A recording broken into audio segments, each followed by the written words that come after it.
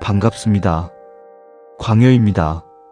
지난 강의에서 우리는 캄캄한 무덤을 밝히는 영혼의 등불인 영의 실체부터 존재의 장엄한 귀환을 뜻하는 귀와 내면을 갉아먹는 번뇌인 마의 본의까지 숨가쁘게 달려왔습니다. 오늘 이 강의에서는 저의 오랜 학문 인생의 사자후를 담아 종교와 철학의 궁극적 지향점인 불과 승이라는 글자 속에 아로 새겨진 처절한 수행론을 낱낱이 해부해드리겠습니다. 기껏 책 몇 권 읽고 학자연하는 분들은 부처 불과 중승을 그저 인도어를 소리나는 대로 베껴 적은 껍데기 글자로만 치부합니다. 하지만 한자의 형성 과정을 꿰뚫어 보면 이 글자들은 단순한 음역을 넘어 살같이 찢기고 뼈를 깎는 인고의 수행 과정을 시각적으로 고착시킨 위대한 수행의 지침서입니다. 물론 이 글자들은 불교 전래 이전 소전 시절부터 이미 존재하던 글자들입니다. 그러나 중국의 선지식들이 수많은 글자 중 굳이 이들을 선택하여 범어의 뜻을 담은 것은 단순한 음차가 아닙니다. 이는 기존 글자가 가진 문자학적 잠재력을 해체하여 불교의 정수를 아로새긴 위대한 전용자로 재탄생시킨 혁명적 과정입니다. 귀를 씻고 문자가 뿜어내는 수행의 열기를 느껴보십시오. 불교가 중국에 처음 전래되었을 때 중국인들에게는 부처나 스님, 가사 같은 개념을 지칭할 글자가 없었습니다. 그래서 처음에는 본래 있던 글자 중 소리가 비슷한 것을 임시로 빌려 쓰는 가차의 방식을 택했습니다. 그러나 인류의 인지 능력이 발달하고 사유가 깊어지면서 그들은 단순한 소리의 차용을 넘어 그 대상의 본질을 시각적으로 명확히 규정하는 전용자를 만들어내기 시작합니다. 스님들이 입는 법복인 가사를 보십시오. 본래 범어 카사야는 부정한 색 혹은 탁한 색을 의미하는 단어로 초기에는 소리만 따서 가사 등으로 썼습니다. 그러나 세월이 흘러 이 단어가 단순한 색깔이 아니라 수행자의 오심을 분명히 하기 위해 글자 아래에 오대자를 덧붙여 지금의 가사라는 전용자를 탄생시켰습니다. 이것이 무엇을 의미합니까? 새 속에 화려한 옷을 벗어던지고 탁하고 거친 법복을 입음으로써 내면의 번뇌를 정화하겠다는 수행자의 결의를 문자 속에 쐐기 박은 것입니다. 부처의 사리를 모신 탑 역시 마찬가지입니다. 범어 스투파를 번역하기 위해 처음에는 탑이나 탑 같은 글자를 혼용하다가 흙을 쌓아 만든 성스러운 건축물임을 명확히 하기 위해 흙토부수를 붙인 탑을 만들었습니다. 탑 속에 토가 들어간 것은 우연이 아닙니다. 이 구조물은 단순한 흙무더기가 아니라 흩어지려는 영적 에너지가 머무는 거룩하고 영원한 거처임을 흙이라는 진료를 통해 증명하고 있는 것입니다. 그렇다면 깨달음의 정점인 부처, 즉 불은 어떠할까요? 대부분은 붓다를 음역하기 위해 부나 도 등을 쓰다가 사람 인변이 붙은 불로 정착되었다고 가르칩니다. 본래 설문해자에서 불은 어렴풋하게 보인다는 뜻의 평범한 글자였습니다. 그러나 문자학의 깊은 심연으로 들어가 보십시오. 이 글자가 불교를 만나 어떻게 환골탈태했는지 말입니다.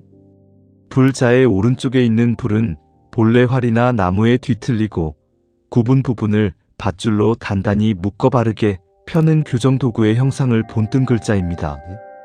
이 장엄한 통찰이 보이십니까? 사람 인과 펴는 도구 불이 합쳐진 불은 저 멀리 하늘에 떠있는 신이나 우상이 아닙니다. 그것은 번뇌와 욕망으로 구불구불 뒤틀려버린 자신의 마음을 수행이라는 가혹한 도구를 통해 피가 맺히도록 스스로 묶고 동여매어 기어이 곱고 바르게 펴낸 사람을 뜻합니다. 자신의 굽은 마음을 펴는 맹렬한 고행 없이 그저 불상 앞에 엎드려 복이나 비는 자들이여, 또 문자의 본의도 모르면서 성부를 논하는 분들이여, 당신들은 스스로를 결박하여 뒤틀린 영혼을 교정하는 이 불의 고통을 겪어본 적이 있습니까? 문자학적 진실 앞에서 당신들의 그 가벼운 불교 지식은 산산조각이 나야 마땅합니다. 마지막으로 우리가 반드시 짚고 넘어가야 할 글자는 이 모든 수행의 길을 걷는 구도자, 즉 승입니다. 불교를 좀 아는 분들은 대부분 승을 그저 범어 승가의 줄임말이자 깨달음을 구하는 일반적인 무리 정도로 번역합니다. 그러나 이 글자가 왜 하필 수많은 글자 중에서도 증을 취하여 승이 되었는지 사유하지 못한다면 그들의 학문은 철저히 죽은 학문입니다. 승자 역시 소전체에 이미 존재하던 글자였으나 범어 상가를 만나며 수행론의 정수로 거듭납니다. 오른쪽에 있는 일직증은 본래 떡이나 음식을 찌는 도구인 시루의 본래 글자입니다. 아궁이 위에 얹힌 시루에서 김이 모락모락 피어오르는 생생한 형상을 그린 글자가 바로 증입니다. 범어의 소리를 따오면서도 굳이 이 글자를 선택한 이유는 명확합니다. 새 속에 거친 생쌀이 인육과 고행이라는 시루 속에 들어가 뜨거운 증기를 견뎌내야만 비로소 부드러운 떡으로 화할 수 있기 때문입니다. 이 사유의 폭발력을 보십시오. 사람 인과 시루증이 만난 승은 무엇을 의미합니까? 딱딱하고 차가운 생쌀이 시루 속에 들어가 100도가 넘는 펄펄 끓는 증기를 견뎌내야만 비로소 사람을 먹이는 부드럽고 맛있는 떡으로 환골탈태합니다. 이처럼 새 속에 거칠고 딱딱한 욕망을 안고 출가한 인간이 깨달음을 얻기 위해 인욕과 고행이라는 시루 속에 들어가 자신을 푹푹 쪄내고 삶아내는 고통의 과정을 온전히 견뎌내는 자, 그가 바로 진짜 승인 것입니다. 시루에 자신을 던져놓고 찌는 고통을 피하는 자가 어찌 승이겠습니까? 인욕의 증기를 견디며 자신을 삶아내는 그 치열한 수행의 과정을 글자의 시각적 형상으로 고착시킨 동양인문학의 경이로움 앞에 고개가 숙여지지 않습니까? 이런 깊이를 모른 채 법복 하나 걸쳤다고 그저 스님이라 부르거나 학자연하면 되겠습니까? 사랑하는 지성적 독자 여러분, 그리고 저의 오랜 학문 여정을 함께 해주신 오랜 도반 여러분, 지난 강의도 함께 되돌아보면서 이제 우리의 탐험에 장엄한 마침표를 찍겠습니다. 죽은 자가 본래의 자리로 돌아가는 것이 귀요. 그 영적 기운이 머무는 빛나는 등불의 집이 영이었습니다.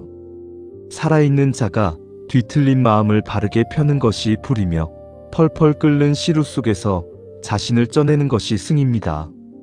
나를 갉아먹는 수행의 방해물은 밖에서 오는 괴물이 아니라 스스로를 연마하며 생기는 찌꺼기인 마였습니다. 언어의 본의와 상고시대의 의문 속에는 인류가 어떻게 죽음을 인식하고 마음의 고통을 어떻게 다스리려 했는지에 대한 눈물겨운 진화의 역사가 담겨 있습니다. 이 근원적인 용어의 정립 없이 현학적인 말장난만 늘어놓는 이들이 있다면 지금 이 순간부터 그 입을 쉬셔야 합니다. 어려운 지식의 벼락을 맞이하셨으니 이제는 고요히 소화하실 시간입니다. 부디 이 광야의 사자후가 여러분 내면의 뒤틀린 곳을 바르게 펴는 작은 도구가 되었기를 바랍니다. 진리가 있는 여러분의 본래 자리, 그 장엄한 귀환의 길에서 평온히 머무시길 기원합니다. 강건하십시오.